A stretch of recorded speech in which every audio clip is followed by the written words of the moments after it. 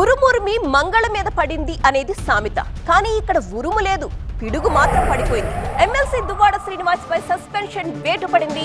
భార్యతో గొడవ పడి రోడ్డెక్కినప్పుడు దువ్వాడ శ్రీనివాస్ పై చర్యలు లేవు. ప్రియురాలితో రీల్స్ చేస్తూ పంట పొలాల వెంట పరుగులెత్తినప్పుడు కూడా ఆయనపై ఎలాంటి యాక్షన్ లేదు. ఇప్పుడు గొడవలు లేవు, రీల్స్ లేవు, కానీ యాక్షన్ మాత్రం తీసుకుంది వైసీపీ. ఎమ్మెల్సీ దువ్వాడ శ్రీనివాస్ కి షాక్ ఇచ్చింది వైసీపీ అధిష్టానం. దానికి సంబంధించిన బ్రేకింగ్ న్యూస్ మనం చూడొచ్చు. దివ్యల మాధురితో రీల్స్ ఎపిసోడ్ పై విమర్శలు వెల్లువెత్తుతున్న నేపథ్యంలోనే ఈ యాక్షన్ అంటున్నారు. పార్టీ లైన్ దాటారంటూ ఆయన్ని పార్టీ నుంచి సస్పెండ్ చేసింది హైకమాండ్. తాడేపల్లి సెంట్రల్ ఆఫీస్ నుంచి సస్పెన్షన్ నోట్ విడుదలవ్వడమే ఇప్పుడు టాక్ ఆఫ్ ది టెక్కలిగా మారిపోయింది.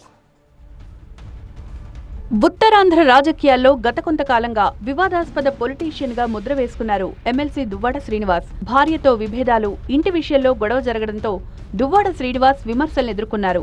తర్వాత దివ్యల మాధురితో తిరుమలలో ఫోటోలు దిగడంపై కేసులు నమోదవడంతో తీవ్ర విమర్శలకు గురయ్యారు. ఇద్దరూ కలిసి రీల్స్ చేయడంపైన సోషల్ మీడియాలో ట్రోలింగ్ కు గురయ్యారు. విద్యుత్ కనెక్షన్ తొలగింపు విషయంలో ట్రాన్స్కో అధికారులతో గొడవకు దిగడంపైన విమర్శలొచ్చాయి. దువ్వాడ శ్రీనివాస్ పై గత కొన్ని నెలలుగా వైసీపీ హైకమాండ్కు ఫిర్యాదులు వస్తున్నాయి. చాలా ఆరోపణలు రావడంతో దువ్వాడను పార్టీ సస్పెండ్ చేస్తుందని గత 4 నెలలుగా ప్రచారం జరిగింది. కానీ అధిష్టానం దువ్వాడపై చర్యలు తీసుకోలేదు.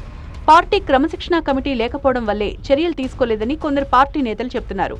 2 వారాల క్రితం క్రమశిక్షణా కమిటీని పునరుద్ధరించింది వైసీపీ హైకమాండ్.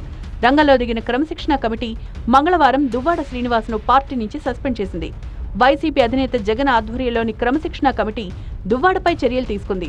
దువ్వాడ సస్పెన్షన్తో వాణివర్గం హ్యాపీగా ఉన్నట్లు సమాచారం.